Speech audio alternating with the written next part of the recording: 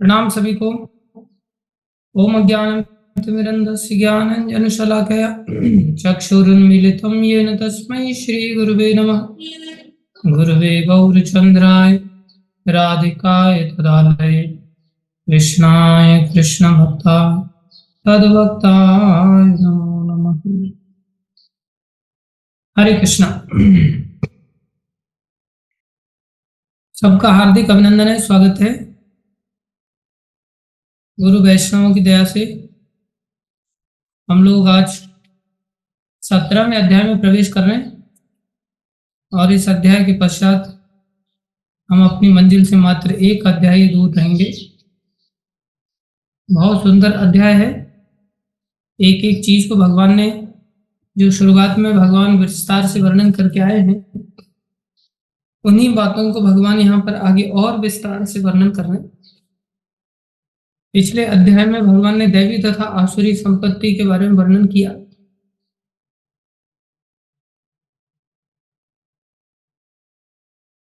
जैसे हमने देखा, जो शास्त्र के अनुसार अपने जीवन को जीते हैं, शास्त्र के अनुसार धर्म का आचरण करते हैं। शास्त्र में कितने प्रकार का धर्म बताया गया है? शास्त्र में 2 प्रकार का धर्म बताया गया है। एक तो वर्णाश्रम धर्म बताया गया है, जिसमें 4 प्रकार के वर्ण अर्थात ब्राह्मण, क्षत्रिय, वैश्य और शूद्र, 4 प्रकार के आश्रम अर्थात सन्यासी, वानप्रस्थी, गृहस्थी और ब्रह्मचारी। इन 4 वर्ण और 4 आश्रमों के अनुसार किस प्रकार के धर्म का आचरण करना चाहिए, किस प्रकार के हमें अपने जीवन में कार्य करने चाहिए शास्त्र के आदेशानुसार, उनके बारे में भगवान ने विस्तार से वर्णन किया था। दूसरा, भगवान भागवत धर्म का भी वेदों से वर्णन करते हैं कि भागवत धर्म कौन सा धर्म होता है, जो कि भगवान की शुद्ध भक्ति सिखाता है। ये तो धर्म अमृतम इदम, जो अमृतत्व की ओर ले जाने वाला धर्म है। वर्णाश्रम धर्म अमृतत्व नहीं देगा। वर्णाश्रम धर्म आपको भक्ति तक लेकर के जाएगा, आगे भी आपको भक्ति में प्रवेश करने का एक मौका वर्णाश्रम धर्म से मिलेगा। लेकिन वर्णाश्रम धर्म अपने आप में सामर्थ्यशाली नहीं है जो भगवान से मिला दे। उसको भक्ति का आश्रय लेना ही पड़ेगा। दूसरी ओर जो भक्ति है उसके लिए जरूरी नहीं है, तो उसको वर्णाश्रम धर्म का पालन करने वाला व्यक्ति ही प्राप्त कर सकता है। भक्ति किसी के ऊपर निर्भर नहीं। भक्ति को कोई भी कितना भी गिरा हुआ व्यक्ति भी पालन कर सकता है, और भक्ति उसको सीधा अपने सामर्थ्य से उसको शुद्ध करने की ताकत रखती है। कुल मिलाकर के वर्णाश्रम धर्म जो कि हमारी संसारी इच्छाओं के आधार पर शास्त्र हमें करने का एक मौका देता है कि आप संसार में अपनी इच्छाओं की भी पूर्ति कर सको और साथ में शास्त्र की बात भी मानते हुए कर सको। जैसे मान लो किसी की मांस खाने की इच्छा है, तो शास्त्र कहता है ठीक है, तुम अपनी इच्छा भी पूरी कर लो और हमारी बात भी सुन लो। अर्थात तुम क्या करो, तुम बलि दे करके मांस खा सकते हो। माता काली को अमावस्या की रात्रि के दिन आप बलि दे सकते हो, और उसके विधि विधान जो शास्त्र में बताए गए हैं उसके अनुसार आप विधि दे करके कार्य कर सकते हो। उससे क्या होगा, बोले तुम्हारी इच्छा भी पूरी हो जाएगी, साथ साथ तुम धीरे धीरे शुद्धि की ओर भी जाओगे। शुद्धि की ओर कैसे जाएंगे? और जैसे कोई व्यक्ति बेचारा रोज ही मांस खाता है, तो उसको अगर बोल दिया जाए तुम अमावस्या के दिन भेंट चढ़ा सकते हो, बलि दे सकते हो, तो अमावस्या के दिन बलि देने का अगर अवसर मिल गया तो मतलब 15 दिन बाद एक बार अमावस्या आएगी। तो जब 15 दिन बाद आएगी तो रोज का खाने का तो बंद हो गया ना। तो धीरे धीरे आप किसी व्यक्ति को एकदम से तो रोक नहीं सकते, आप उसे इनडायरेक्टली रोक रहे हो। दूसरा चीज ये भी बताया गया उसमें कि आप अकेले नहीं खा सकते, आपको नाते रिश्तेदारों को बुला करके खाना चाहिए। तो नाते रिश्तेदार भी ऐसे व्यक्ति के ऐसे ही खाने पीने वाले होंगे, तो वो भी आएंगे।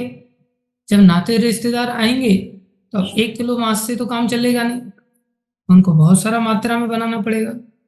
उसके लिए उनको पूरा ही बकरा बलि देना पड़ेगा। पूरा बकरा फुकट में तो आएगा नहीं, पूरा बकरे के लिए हजारों रुपए खर्चा हो जाएंगे। अब केवल मांस तो खिलाओगे नहीं, आपको मार्क्स के साथ साथ बाकी चीजें भी अरेंजमेंट करनी पड़ेंगी, उनके रहने की, खाने की, बाकी व्यवस्थाएं भी करनी पड़ेगी। आपको कुछ कुछ जाते समय कुछ दक्षिणा भी देना पड़ेगा। फिर आप मन में सोचोगे यार ये तो बहुत भारी पड़ रहा है। ऐसा सोच करके फिर आप क्या सोचोगे, एक दो अमावस्या बीच में निकालने लग जाओगे। सोचोगे एक महीने के बाद जो अमावस्या है उस समय खाऊंगा, क्योंकि अभी आ जाएगा तो बहुत खर्चा बढ़ जाएगा। इस प्रकार से धीरे धीरे धीरे धीरे धीरे धीरे वो शुद्धि के मार्ग पर आगे बढ़ जाएगा, अर्थात धीरे धीरे गंदगी से धीरे धीरे बाहर निकलना चाहता। तो जो वर्णाश्रम धर्म है वो क्या सिखाता है, हर व्यक्ति को धीरे धीरे संसार की वासनाओं से ऊपर उठाता है और शुद्ध करता है। जब शुद्ध हो जाएगा तो उसको चीजें समझ में आने लगेंगी। चीजें समझ में आने लगेंगी, भगवान भक्तों का सानिध्य कराएंगे उसको, भक्तों का सानिध्य मिल जाएगा, भक्ति को सीख पाएगा, समझ पाएगा, फिर वहां से भक्ति को पकड़ करके आगे भगवत धाम जाने का रास्ता साफ कर पाएगा। इस प्रकार से वर्णाश्रम धर्म वो धर्म है जो हमारी इच्छाओं के आधार पर शास्त्र को इस प्रकार से उपदेश देने के लिए बनाया गया है कि शास्त्र हमारी इच्छाओं का भी ध्यान रखे और साथ में जो जीवात्मा का मूल रूप से सुख की प्राप्ति का जो आधार भगवान श्री कृष्ण है उनकी ओर भी लेकर के गया। तो इस प्रकार से वर्णाश्रम धर्म का वर्णन किया, लेकिन ये भक्ति के ऊपर निर्भर करेगा। बिना भक्ति के ये भगवान से नहीं मिला सकता। वर्णाश्रम धर्म में भी भक्ति है लेकिन मिक्सिंग फॉर्म में है, प्योर फॉर्म में नहीं। जैसे किसी को स्त्री के प्रति आकर्षण है तो बोले विवाह कर लो। विवाह में क्या है, उसमें कई सारे मंत्र आएंगे, कई सारी यज्ञ विधियां आएंगी, जिसमें क्या बताया जाएगा, धीरे धीरे धीरे धीरे भगवान के बारे में बताया जाएगा, थोड़ा मात्रा में बताया जाएगा। इससे क्या होगा, हमारा भगवान की भक्ति साथ बाई साथ चलती रहेगी धीरे धीरे धीरे, लेकिन मिक्स फॉर्म में चलेगी, शुद्ध फॉर्म में नहीं चलेगी। भागवत धर्म में शुद्ध भक्ति सिखाई जाती है। शुद्ध भक्ति करेंगे भगवत धाम वापस चले जाएंगे। हमें भगवत धाम जाने का इवेंचुअली लक्ष्य दिया गया है, चाहे वर्णाश्रम से जाओ लंबा होकर के, चाहे शॉर्टकट रास्ते से सीधा भक्ति का आश्रय ले लो और सीधे चले जाओ। इच्छा हमारी है। वैसे मनुष्य शरीर में इच्छाओं की पूर्ति करते हुए हमें नहीं चलना चाहिए। हर शरीर में तो हमने इच्छाओं की पूर्ति किया, अनंत शरीरों के पश्चात ये शरीर मिला है, ये शरीरों में भी इच्छाओं के झंझट में फंस जाए। इसलिए एक मात्र इच्छा करें कि प्रभु आपकी हमें प्राप्ति करनी है, सारी समस्याओं का समाधान हो जाएगा और सारे सुखों की प्राप्ति हो जाएगी। दुख मिट जाएंगे और सुख मिल जाएंगे। संसार में हम जो रास्ता अपनाते हैं, दुख मिटाने का अपनाते हैं, सुख पाने का अपनाते हैं, लेकिन होता क्या है, जैसे मकड़ी जाल में अपने किसी जीव को फंसाते है तो कोई जीव जैसे फंस जाता है, जितना निकलने का प्रयास करता है उतना ही वो फंसता चला जाता है। तो हम लोग प्राय संसार में इस प्रकार से फंसते चले जाते हैं। तो ध्यान दें, वैदिक धर्म के अनुसार जो व्यक्ति जीवन जीता है उसे दैवी गुण प्राप्त होते हैं, और जो शास्त्र को नहीं मानता, जो शास्त्र को अस्वीकार करके जीवन जीता है, उसे आसुरी संपत्ति प्राप्ति होती है। आसुरी संपत्ति का विस्तार से वर्णन किया था। अभी कुल मिलाकर के समझ लो, 3 गुणों में सारी सृष्टि को विभाजित किया। 3 गुणों में जो सतोगुणी लोग होते हैं वो शास्त्र को मानते हैं, जो रजोगुणी तमोगुणी होते हैं वो शास्त्र को नहीं मानते।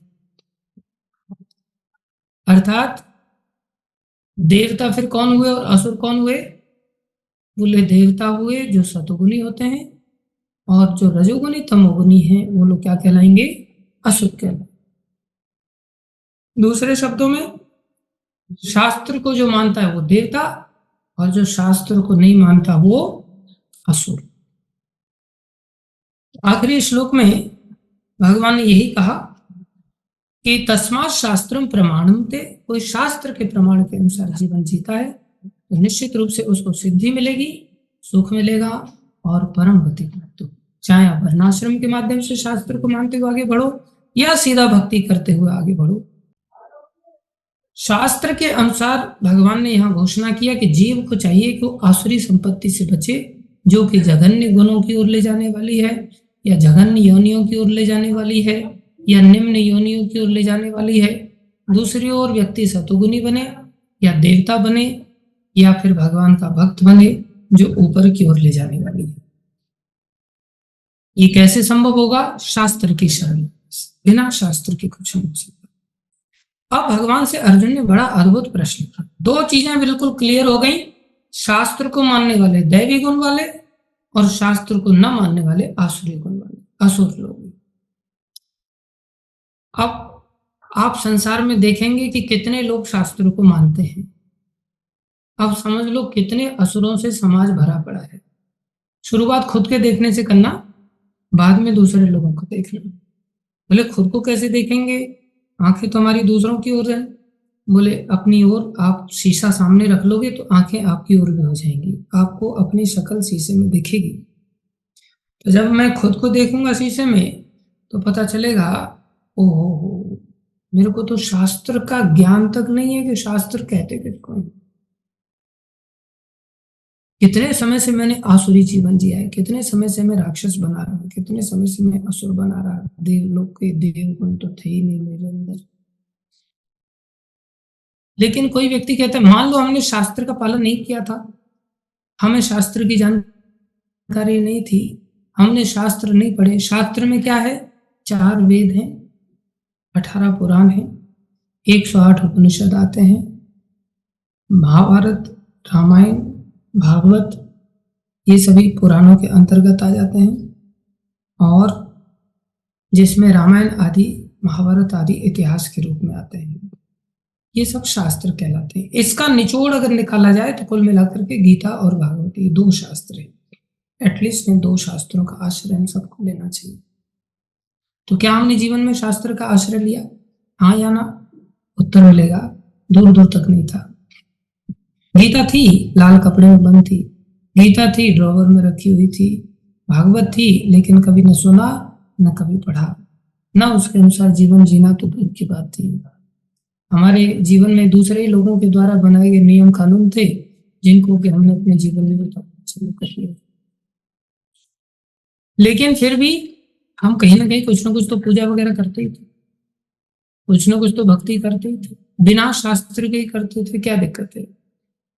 हमारी कैटेगरी का क्या होगा? क्या हमें असुर माना जाएगा या हमें देवता माना जाएगा?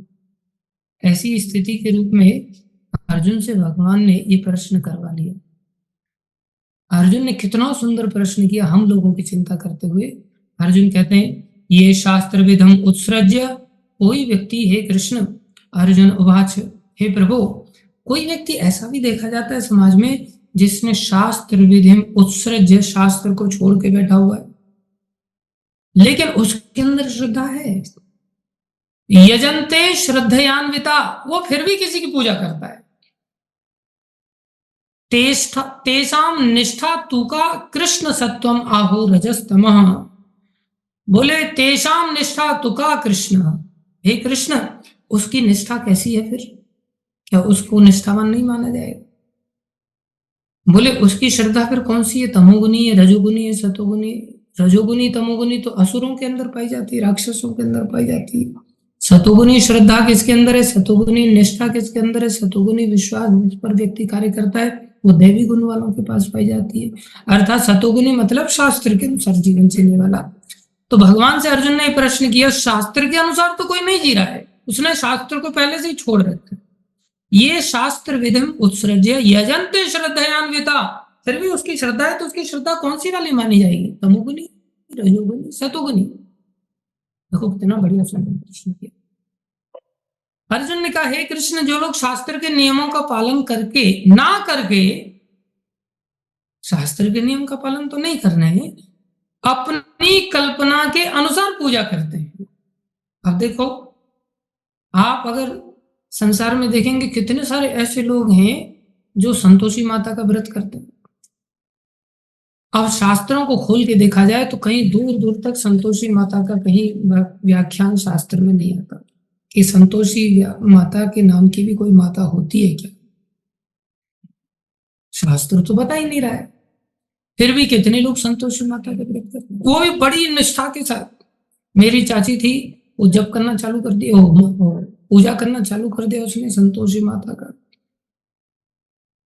अब घर में उस दिन टमाटर ही ना आए, घर में उस दिन नींबू ही ना आए, घर में उस दिन कोई छाछ नहीं पी सकता, बोले खट्टा मना है, अब कौन से शास्त्र ने लिखा है कि भाई खट्टा मना है?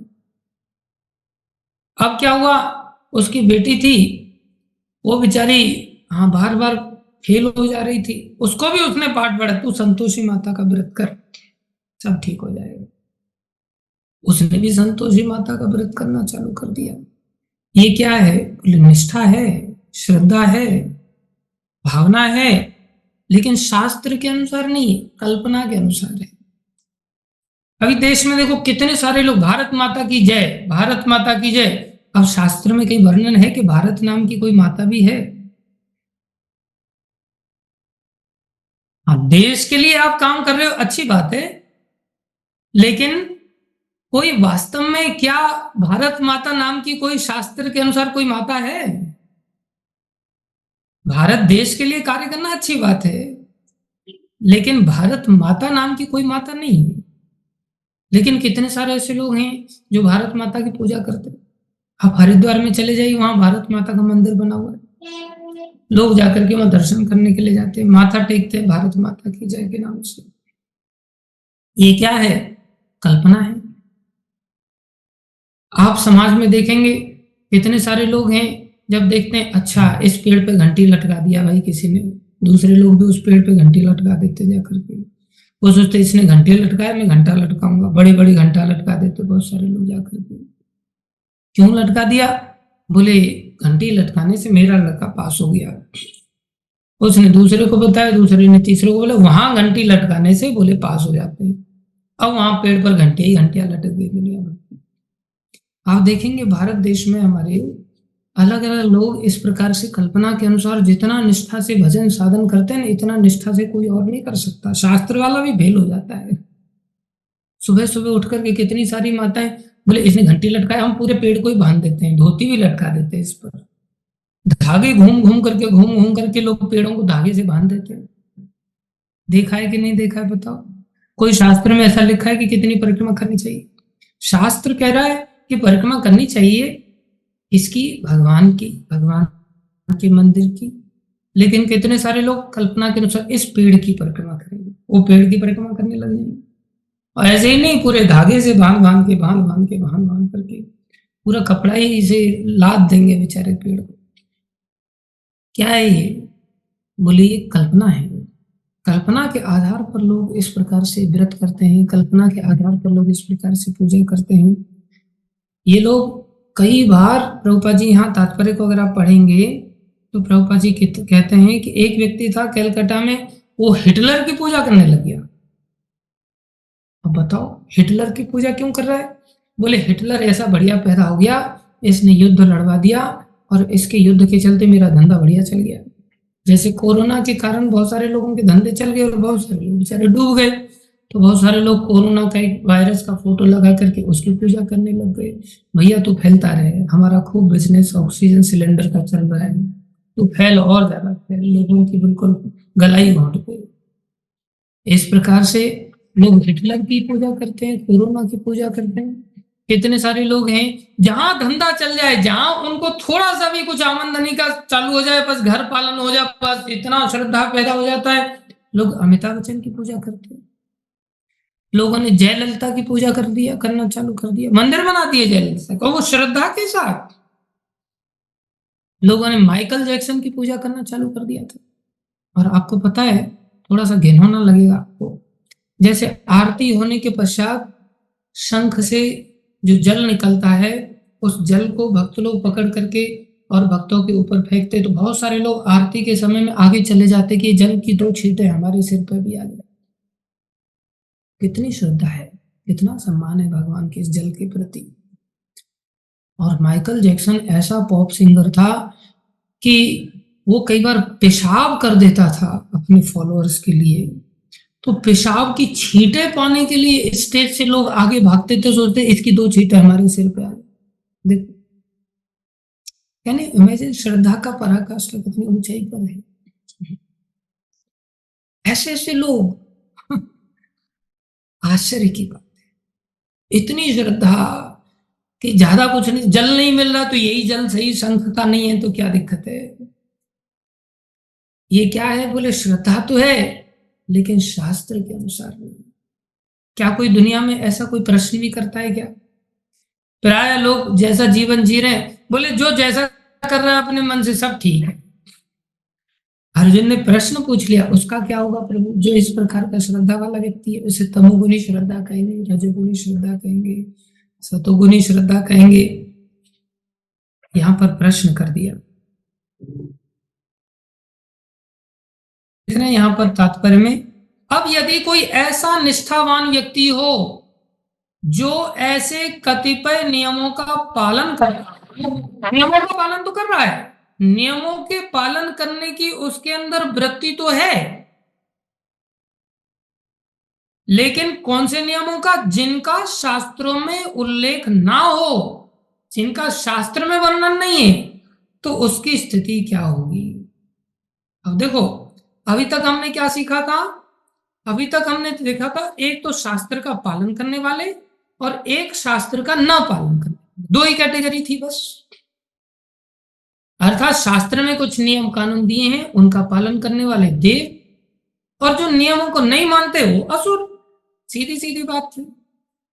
अब एक बीच की कैटेगरी आ गई जिसमें ना तो वो शास्त्र को पकड़ रहे हैं ना शास्त्र को छोड़ रहे हैं। एक प्रकार से ऐसा नहीं कि हम कोई नियम पालन नहीं करेंगे, उन्होंने नियम पालन करना चाहा है, वो करते हैं, लेकिन समस्या यह है कि उन्होंने खुद के नियम बना लिए, शास्त्र के अनुसार नहीं कर रहे हैं। या तो चाची ने बता दिया उस नियम को पालन कर रहे हैं, दादी ने बता दिया उस नियम को पालन कर रहे हैं, मनगढ़ंत इधर उधर से सुन लिया उस नियम को पालन कर रहे हैं, और बड़ी कट्टरता के साथ नियमों का पालन करते हुए वो लोग पूजा अर्चना भी कर रहे हैं। बोले ऐसे लोगों की स्थिति क्या है? तब भगवान ने ऐसे लोगों की स्थिति को समझाने के लिए ये अध्याय विस्तार से चालू किया। अब थोड़ा सा एनालाइज करें, थोड़ा सा ठंडे दिमाग से सोचें।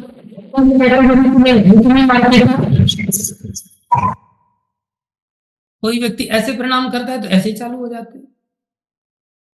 कोई व्यक्ति सब जगह पर छुएगा उस शरीर के अंगों को। कहां से सीखा उसने? इसे से सीख लिया उसने ऐसे देखते हुए।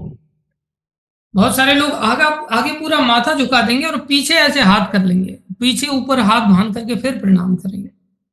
देखा होगा आप लोगों ने इस तरह से प्रणाम करते हुए। कहां से सीखा? बस ऐसे सीख लिया। बहुत सारे लोग मुसलमानों की तरह सुबह उठ करके ऐसे हाथ सामने रख करके और इस प्रकार से पता नहीं क्या क्या मंत्र उच्चारण वगैरह करेंगे, अल्लाह अकबर, राम जाने क्या क्या करते हैं। नए नए तौर तरीके लोगों के आपको दिखाई देंगे। ऐसे लोगों की पूरी भरमार पड़ी हुई है। या तो मैक्सिमम लोग ऐसे मिलेंगे जो रजोगुनी और तमोगुनी है, जिनको कोई लेना देना ही नहीं है, या ऐसे लोग मिलेंगे जो बीच की कैटेगरी वाले हैं, सतोगुनी लोग जो शास्त्र के अनुसार जीवन जीने वाले हैं, वो बहुत कम है, बहुत कम। भगवान अब अर्जुन के इस प्रश्न का उत्तर दे रहे हैं, और उत्तर में क्या कह रहे हैं? श्री भगवान उवाच त्रिविधा भवति श्रद्धा देहिनां सा स्वभावजा सात्विकी राजसी चैव तामसी चेति तां शृणु। बहुत सुंदर श्लोक है। अर्जुन अब इसको श्रद्धा वाला तो कहेंगे, लेकिन कौन सी किसकी कहां श्रद्धा है उसको विस्तार से बताएं। श्री भगवान ने कहा देहधारी जीव, अब हम सब देह धारण करने वाले जीव हैं, इनकी स्थिति क्या? बोले अर्जित गुणों के अनुसार। कौन से गुण होते हैं अर्जित? बोले 3 प्रकार के गुण होते हैं। 3 प्रकार के गुण कौन से हैं? सतोगुण, रजोगुण और तमोगुण। अर्जित गुणों के अनुसार। अर्जित किसको कहते हैं? अर्जित मतलब जो पहले नहीं था, हमने उसको पाया, मेहनत करके प्राप्त किया, उसको कहते हैं अर्जित। हमने अर्जित गुणों के अनुसार, भगवान कह रहे हैं देहधारी जीव। अब प्रश्न उठता है देह हमने कब धारण किया? हम सब देहधारी हैं। देह तब धारण किया जब इस संसार में आए, क्योंकि आत्मा संसार से परे आध्यात्मिक जगत में जब रहती है वहां तो कोई अलग से देह होता नहीं, वहां तो आत्मा ही रहती है। जैसे जेल में जाने पर अलग प्रकार के कपड़े मिलते हैं, जेल से बाहर तो दिव्य अपने इच्छा अनुसार कपड़े होते हैं, चॉइस के अनुसार कपड़े होते हैं। जेल के अंदर चॉइस नहीं चलती, वहां अलग प्रकार के कपड़े मिलते हैं। इस संसार रूपी जेल में जैसे ही हम आ जाते हैं तो हमें अलग प्रकार के 84 लाख प्रकार के देह प्राप्त होते हैं। अब किसको कब देह कौन सा प्राप्त हुआ बोले, इसका कोई इतिहास नहीं। अब कोई सोच में पड़ जाए कि भाई मेरे को कब देह मिला था, तो कोई डेट, हाँ ये देह का डेट हो सकता है हमारे पास, लेकिन ऐसे देहों की जो चेन बनी हुई है अनादि काल से, उसका कोई डेट नहीं। तो कितने समय से ऐसी चेन बनी हुई बोले, अनंत काल से। हमने हर देह में क्या प्राप्त किया है बोले, हर देह में हमने अलग अलग गुणों को अर्जित किया है। समझ रहे हैं? हमने क्या किया है, अलग अलग गुणों को अर्जित किया है। उसके कारण क्या हो गया बोले, उसके कारण 3 प्रकार की श्रद्धा उत्पन्न हो गई। कैसे उत्पन्न होती है बोले, ये स्वभाव जा, स्वभाव जा, जा मतलब जन्म लेती है। कैसे जन्म लेती है, स्वभाव के रूप में। ये स्वभाव के रूप में पैदा हो जाती है। स्वभाव मतलब हमारा नेचर बन जाता है। अभी हमारा स्वभाव किस में बनता है, किस वस्तु के अंदर ये स्वभाव दिखाई देता है, छलकता है बोले, ये अंदर जो हमारा सूक्ष्म शरीर है, 2 प्रकार के शरीर होते हैं। एक स्थूल शरीर, पृथ्वी जल वायु आकाश। पृथ्वी जल अग्नि वायु आकाश का ये जो स्थूल शरीर है, इसके अंदर एक सूक्ष्म शरीर है जो 4 चीजों से बनता है। कौन सी चीजें हैं, 4? 4 चीजें हैं, चित्त, मन, बुद्धि और अहंकार। ये 4 चीजों से बनता है। इसे सत्व भी कह सकते हैं। सत्व मतलब अंदर का सूक्ष्म शरीर। जैसे हमने शब्द सुना था, हाँ, सत्व संशुद्धि। सत्व संशुद्धि 16वें अध्याय में पहली आ गया था, सन्यासी के धर्म के रूप में। सत्व संशुद्धि मतलब चित्त मन बुद्धि अहंकार, ये चारों की शुद्धि हो जाए बोले, ये सन्यासी का लक्षण है। जो इन चारों चीजों में जो कंटेमिनेशन है उससे वो ऊपर उठ जाए, उसे सत्व संशुद्धि कहते। तो हमारा जो मन है, शुद्धि और संशुद्धि मतलब सम्यक रूप से शुद्धि, चारों तरफ से शुद्ध हो जाए, वो एक सन्यासी का प्रधान लक्षण पाएगा।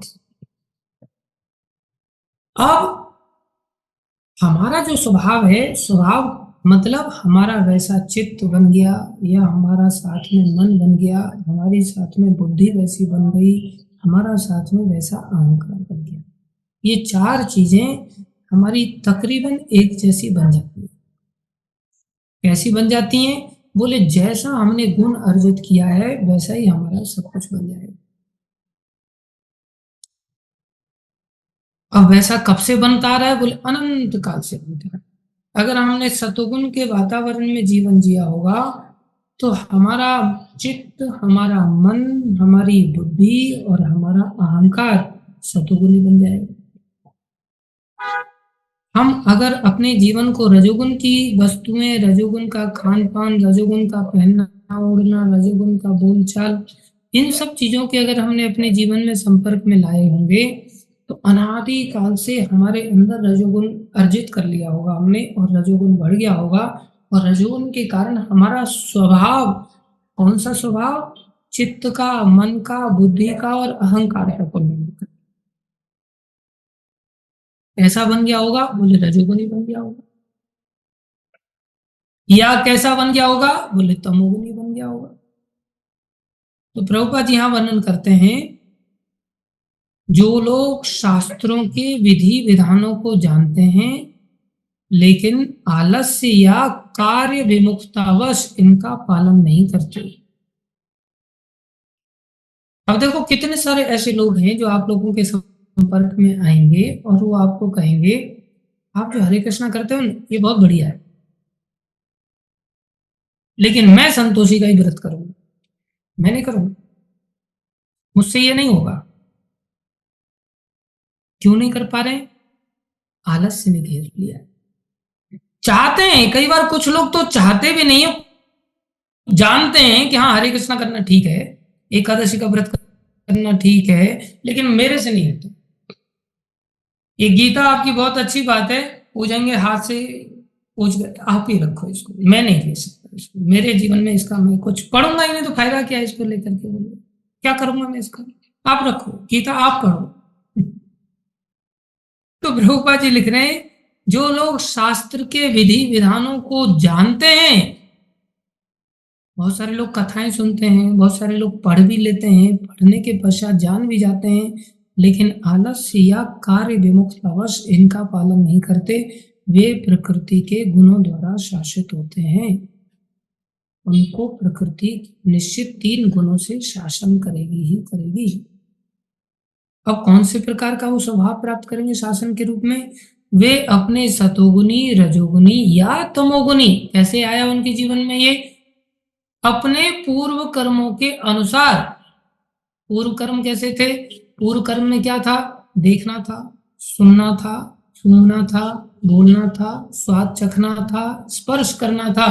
ये जो हम 5 इंद्रियों के द्वारा कोई भी कार्य करते हैं, उसके अनुसार एक विशेष प्रकार का स्वभाव प्राप्त करते हैं। कौन सा विशेष प्रकार का स्वभाव होता है? बोले विशेष स्वभाव होता है रजोगुनी, तमोगुनी या सतोगुनी।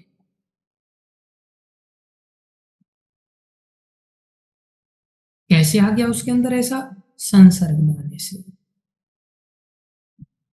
अब फिर क्या होता है आगे? आगे देखो, बहुत बढ़िया बात प्रभुपाद जी बता रहे हैं, ध्यान से समझे हम। चूंकि जीव प्रकृति के संसर्ग में रहता है, अतएव वह प्रकृति के गुणों के अनुसार ही विभिन्न प्रकार की मनोवृत्तियां अर्जित करता है। या तो तमोगुनी बनेगा, तमोगुनी बनकर के नीचे की ओर चला जाएगा, निम्न योनियों को चला जाएगा, राक्षसी योनियों को चला जाएगा, रजोगुनी बनकर के आसुरी योनियों को चला जाएगा। आसुरी योनियां दूसरे को तड़पाओ बस। जैसे शेर है, रजोगुनी जीव माना जाता है, उसको क्या करता है? अपनी मौज है उसकी, अपनी इच्छा अनुसार दूसरे को मार करके पटक देगा, चाहे भूख नहीं लगी है तो भी मार के पटक देगा। क्या है? रजोगुनी है।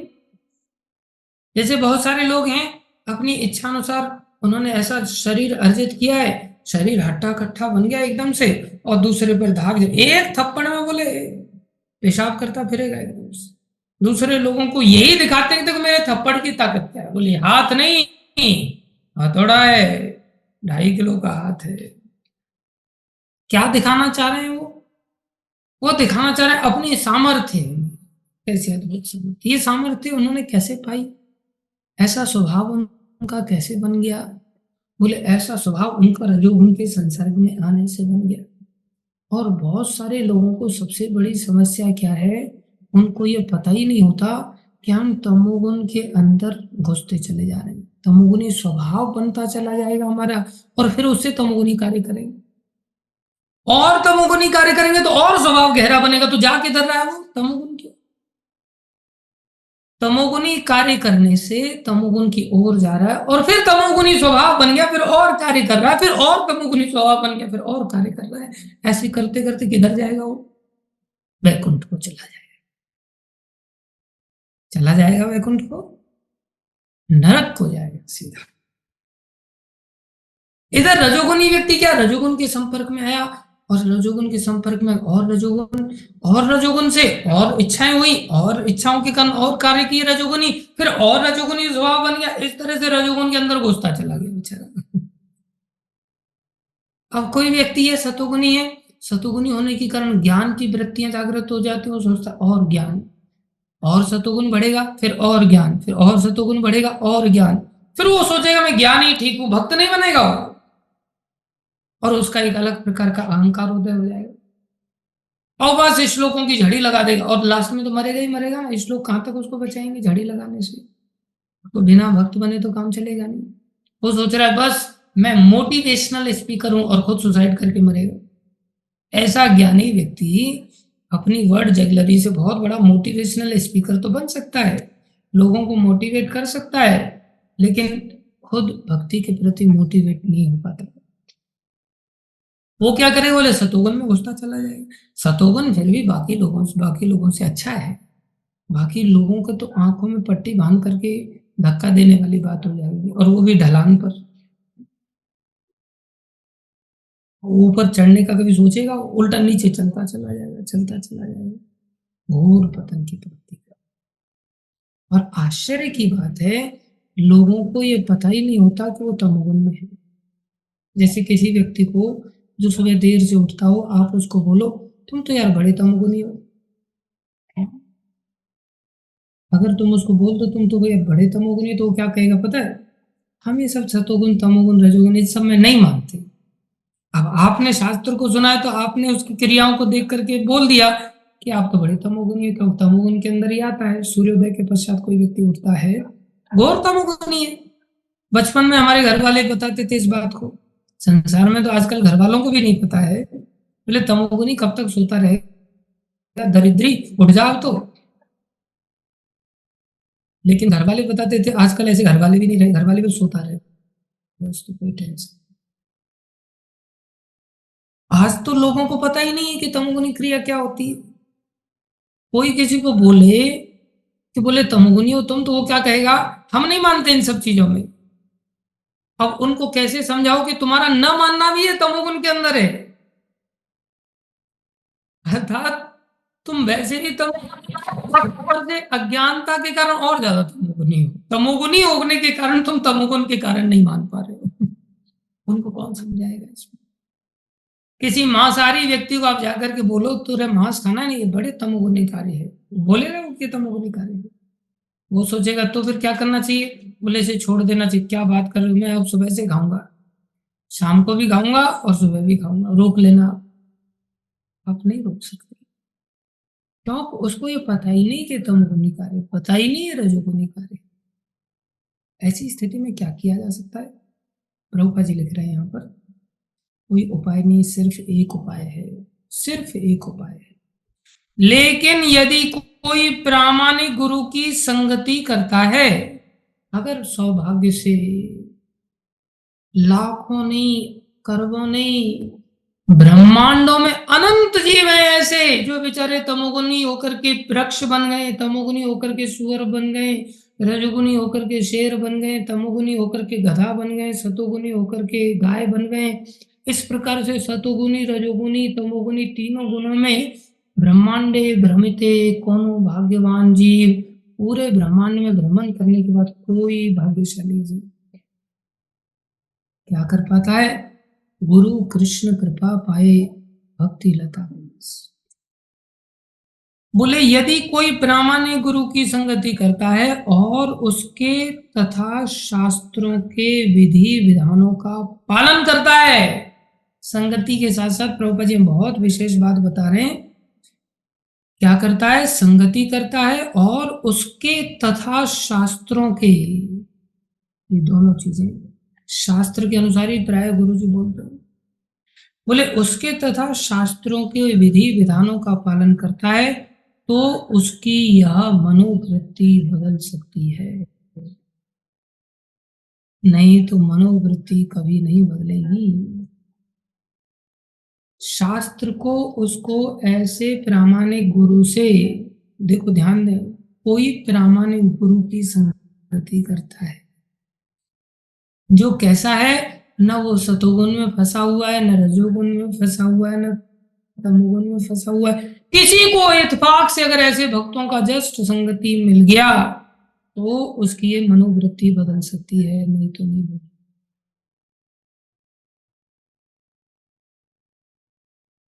अर्थात शास्त्र कह रहा है कि भाई जप करो, और हमने विधि विधान का पालन करने के साथ साथ जप करना चालू कर दिया, मनोवृत्ति कितनी भी गिरी हुई तमोगुनी है अवश्य बदल जाएगी।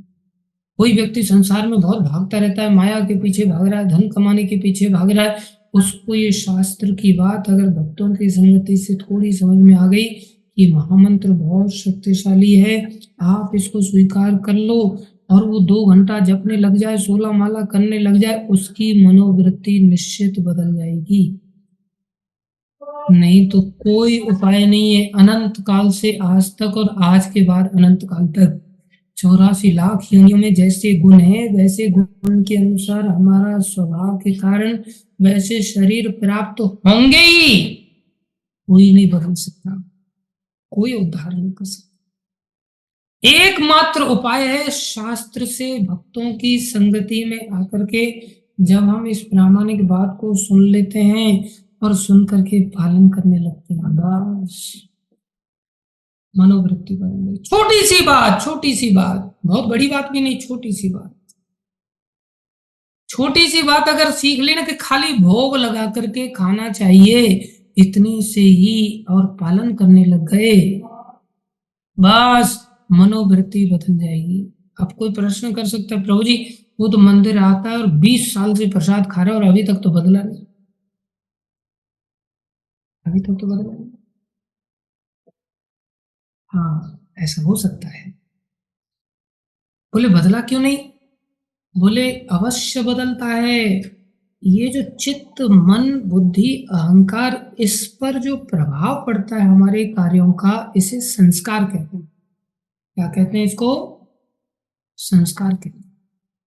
और एक दिव्य बात मैं आपको बता दूं, हमेशा के लिए याद रखने वाली बात है। अगर हमने भक्ति के संस्कारों को ग्रहण किया, शास्त्र से प्रामाणिक गुरु के माध्यम से जब इन संस्कारों के बारे में सुना कि नाम जप करना है, भगवान को भोग लगा के खाना है, भगवान की आरती करनी है, भगवान को प्रणाम करना है, भगवान को फूल चढ़ाना है, भगवान के दर्शन करना है। अब कोई व्यक्ति जाकर के देख रहा, रोज आकर के खड़ा हो जाता है, दर्शन करके चला जाता है, इसका मन तो बदले नहीं, उसका मन अवश्य बदलेगा। ये संस्कार है, ये संस्कार उसके अंदर पड़ेगा ही पड़ेगा। और दिव्यता वाली जो मैं बात कह रहा था वो कौन सी है? ये आध्यात्मिक संस्कार जब पड़ जाते हैं, ये संस्कार अनंत काल तक कोई इनको मिटा नहीं सकता। आप देखोगे कई बार ऐसे लोग होते हैं जो बिल्कुल तैयार बैठे हैं कि कोई उनको आकर के जस्ट बोल दे कि नाम जपो, तो हाँ दूसरे दिन से चालू हो जाता है उसका नाम जप करना। एक लड़का, अभी उसका नाम मधुसखा दास पड़ गया, हमारा गुरु भाई, वो पॉलिटेक्निक कर रहा था और उसका दोस्त हमसे जुड़ा हुआ था, तो एक दिन दोस्त बन करके उसको मंदिर में लेकर के आ गया। मंदिर में लेकर के आ गया तो ऐसी बातचीत चल रही थी, तो मैंने कहा कल से मंगल आरती आना। तो दूसरे दिन वो पहुंच गया जहां हम मकान में रहते थे, और हम खुद उठे नहीं मंगल आरती, और वो दरवाजा ठोके जा रहा है, ठोके जा रहा है, ठोके जा रहा है। अब साधारण आदमी तो सोच सकता था कि यार चलो चले जाते, दरवाजा ही नहीं खुल रहा है, लेकिन उसने इतना ठोका दरवाजा कि आखिरकार दरवाजा खोलना ही पड़ा। और जब दरवाजा खोलना पड़ा तो मंगल आरती भी, प्रभु जी अब मंगल आरती करने वाला, तो मुंह धो के सीधा ऐसे ही मंगल आरती चालू करनी पड़ी अपनी, तुरंत मंगल आरती चालू करनी। उसके बाद वो कभी एब्सेंट ही नहीं हुआ मंगल आरती में, एवरी डे आने लग गया। अब प्रश्न उठता है, उसको तो इतना प्रचार करना नहीं पड़ा, उसको कुछ फिलोसफी नहीं झाड़नी पड़ी, कुछ नहीं, वो कैसे एकदम से? बोले उसके चित्त में संस्कार अनादि काल के पहले कभी भक्ति के पड़े होंगे, जो मिट नहीं सकते, जो मिटते भी नहीं है। बस उन संस्कारों को कोई व्यक्ति जस्ट थोड़ा सा हिलाने वाला चाहिए होता है, और वो व्यक्ति एकदम से पकड़ लेता। जैसे पेट्रोल के पास आप तीली लेकर के जाओ तो कैसे आग पकड़ लेती, बस ऐसे पकड़ लेते हैं भक्त लोग। तो ये संस्कार नहीं मिटते। बाकी संस्कार रजोगुनी तमोगुनी सतोगुनी मिट जाएंगे, क्यों? वो शाश्वत क्रिया नहीं, ये शाश्वत क्रिया है। न मे भक्ता प्रणश्यति, मेरे भक्त का विनाश नहीं होता। क्यों नहीं होता? भक्ति के कारण। नेहा विक्रम नाशोस्ति प्रत्यवायो न विद्यते स्वल्पम अप्यस्य धर्म से त्रायते महतो। इसलिए क्या करना है?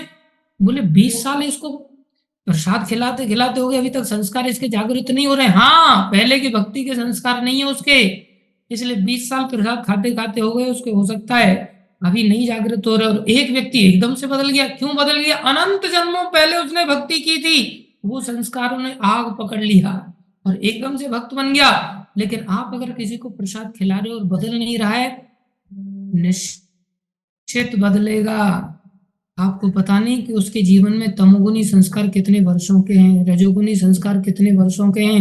इन संस्कारों से वो संस्कार नष्ट होंगे, इसलिए ये संस्कार डालते चलो, डालते चलो, डालते चलो। बस ये मत सोचो कि बदल नहीं रहा है, अवश्य बदलेगा। इस जन्म में नहीं बदलेगा, आगे के जन्म में बदलेगा। एक व्यक्ति,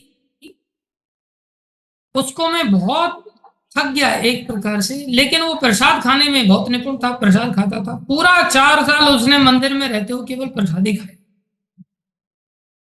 और प्रसाद खाने के बाद कंपनी में नौकरी लग गई उसकी। अब वो वहां अकेला रह करके 16 माला जप करता है, और मैं उसको थक गया तब उसने 16 माला नहीं किया। 4 साल तक केवल प्रसाद ही खाया उसने, और दूसरी जगह जाकर के भक्तों से जुड़ा, अचानक से भक्ति पकड़ लिया उसने। मेरे को फोन आया, फोन करके कहता प्रभु जी प्रसाद पचाने में भी कई बार टाइम लग जाता है। बोले वो टाइम मेरे को लग गया, 4 साल लग गया। बोले प्रसाद को पचाते पचाते अब पच गया। बोले अब मैंने नाम जब चालू कर दिया, अब मैं 16 माला रोज जप करता हूँ। तो इस प्रकार से संस्कार कभी व्यर्थ नहीं जाते भक्ति के। हमें भक्तों की संगति में आकर के खुद संस्कार अपने अंदर सशक्त रूप से डालने की चेष्टा करनी चाहिए, और इन संस्कारों को दूसरों के अंदर भी डालने की चेष्टा करनी चाहिए। नहीं तो बेचारा 84 लाख योनियों के चक्कर में चला जाएगा। और कोई विधि विधान कोई ज्यादा कठिन नहीं है शास्त्र के, बस जाके दर्शन करो, भगवान के सामने मंदिर में जाकर के खड़े हो जाओ, कितना अच्छा। और जब ऐसा हो जाएगा, अपने आप वो बाहर आ जाएगा। फिर प्रभुपा जी कह रहे हैं, वह क्रमशः अपनी स्थिति तमोगुण से सतोगुण या रजोगुण से सतोगुण में परिवर्तित कर सकता है।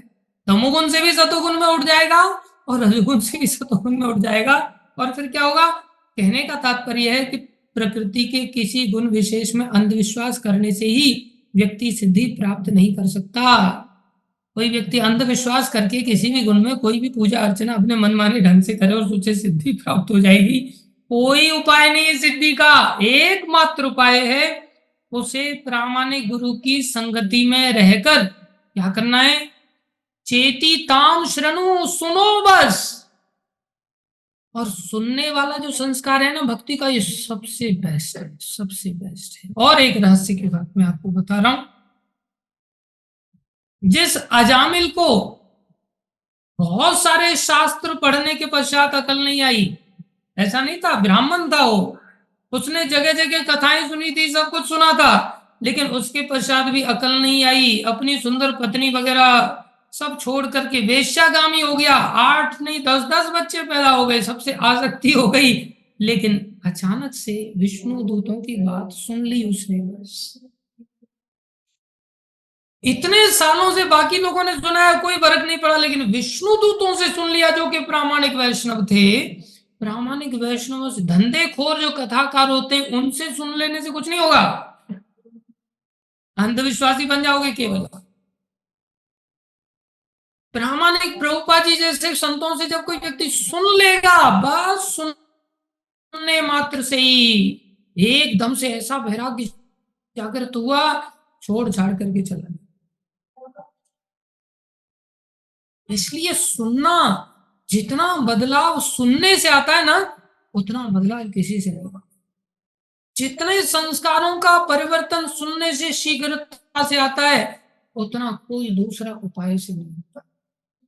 इसलिए कहा जाता है कई बार, आप सालों तक जब करते रहो तो भी वो परिवर्तन नहीं आएगा जो परिवर्तन कई बार एक क्लास सुनने से हो, एक क्लास सुनने से हो। लेकिन सुनने का अर्थ ये नहीं कि आप कुछ करना ही नहीं है, केवल सुनेंगे ही सुनेंगे, किए बिना तो रह नहीं सकते। इंद्रिया है, शरीर है, चेष्टा तो करनी पड़ेगी। बोले आप सालों तक सुनते रहो और उस जीवन को ना जियो तो भी कोई परिवर्तन नहीं होने वाला है। लेकिन प्रामाणिक वैष्णव लोगों से जब हम सुनते हैं और हम ना करें, ऐसा होता नहीं, प्राय हमारे जीवन में अवश्य बदलाव। इसलिए हम सुनते रहे, सुन लिया भाई प्रसाद भोग लगा करके खाना चाहिए, और कभी प्रसाद नहीं खाए, भोग लगा के खाए ही नहीं, कभी अनुभव नहीं हुआ। और कोई व्यक्ति सालों तक खाता रहे और खाता ही रहे, अनजाने में ही खाता रहे और सुने नहीं, तो उसके जीवन में 20 साल लग जाएंगे बदलाव लाने। इसलिए दोनों चीजें उसको करनी होंगी। एक तो उसको सुनना चाहिए, सबसे पहले सुनना चाहिए, और सुनने के साथ उसको पालन करने की चेष्टा करनी चाहिए, विश्वास के साथ। पूर्ण विश्वास उसका हो ही जाएगा अगर प्रामाणिक व्यक्ति से सुनेगा। तो पैसे वाले से सुनेगा तो उसकी आवाज में वो ताकत ही नहीं रहेगी, विश्वास ही नहीं रहेगा, उसकी आवाज में वो तड़प नहीं होगी जो व्यक्ति के हृदय में वो बात को डाल पाए। वो दुनिया भर की बहुत लंबे चौड़े भाषण दे देगा, लेकिन व्यक्ति के हृदय में जरा सा भी परिवर्तन नहीं लाता। इसलिए हमें प्रामाणिक गुरु जो कि प्रभुपाद जैसे संत हैं, उनके संपर्क में आकर के इस बात को सुन लेना है। क्या छोटी छोटी बातें, 16 माला जप करना है, 4 नियमों का पालन करना है, मंगल आरती करनी है, भोग लगाना है, भक्तों से कथा सुनना है, गीता भागवत को पढ़ना है, रामायण को पढ़ना है, और जो सेवाएं दी जाए रात दिन करना, सेवा करना, बात खत्म। आपका 84 लाख योनियों के अनंत काल से परंपरा खत्म। उसी समय आपकी सारी श्रृंखलाएं टूट जाएंगी, जल के राख हो जाएंगे सारे संस्कार, अनंत काल के संस्कार थोड़े से कार्य करने से राख हो जाएगा। यही उपाय है बचने का। बाकी संतोषी माँ की सेवा करने से, या भारत माता की सेवा करने से, या पेड़ों की परिक्रमा लगाने से, या कितनी परिक्रमा बोले, लगाते रहो, कितनी भी लगाते रहो भैया, कुछ नहीं होने वाला। शास्त्र सुनने वाला गोवर्धन की परिक्रमा लगाएगा, वृंदावन की लगाएगा, मंदिर की लगाएगा, गुरुजनों की लगाएगा, वैष्णवों की लगाएगा, तुलसी की लगाएगा, ये परिक्रमा लगाएगा। बाकी लोग अमेरिका की लगाएंगे, देहरादून की लगाएंगे, अलग अलग जगह की लगाएंगे, बस परिक्रमा लगाते रहो संसार में। फिर 84 लाख योनियों की परिक्रमा लगानी पड़ेगी, कुछ नहीं करेगा कोई उद्धार का। ध्यान रखो, स्वभाव हमारा बनेगा केवल भक्तों की संगति में आकर के, शास्त्र का श्रवण करने से, तब हमारी श्रद्धा का परिवर्तन होगा। श्रद्धा के अंतर्गत क्या क्या कार्य आते हैं, किस प्रकार से हम आगे बढ़ते हैं, किस प्रकार की पूजाएं करते हैं, उस सब का विस्तार से वर्णन इस अध्याय में किया जाएगा। ये बातें कुछ जरूरी थी, इसलिए हमने थोड़ा सा आपको समझाने के लिए मात्र 2 ही श्लोक लिए। आगे हम थोड़ा और स्पीड में बढ़ेंगे। आपको बहुत सारी चीजें इस अध्याय में सीखने को मिलेंगी। आप खुद जुड़िए, एटलीस्ट इस अध्याय में बाकी लोगों को भी जोड़ने की चेष्टा कीजिए। बहुत काम की शिक्षा है इस अध्याय। धन्यवाद धैर्यपूर्वक श्रवण करने के लिए। समय का फिर वही पूर्ति हो जाती है, क्या करें, रोज चाहते हैं कि 7:30 तक ही खत्म कर दें और फिर कुछ प्रश्न उत्तर ले लें, लेकिन क्या करें, नहीं हो पा रहा है। हो जाएगा धीरे धीरे अभ्यास करने से। धन्यवाद। We will end here. कल प्रश्न उत्तर आप सभी के लेंगे। हरे कृष्णा।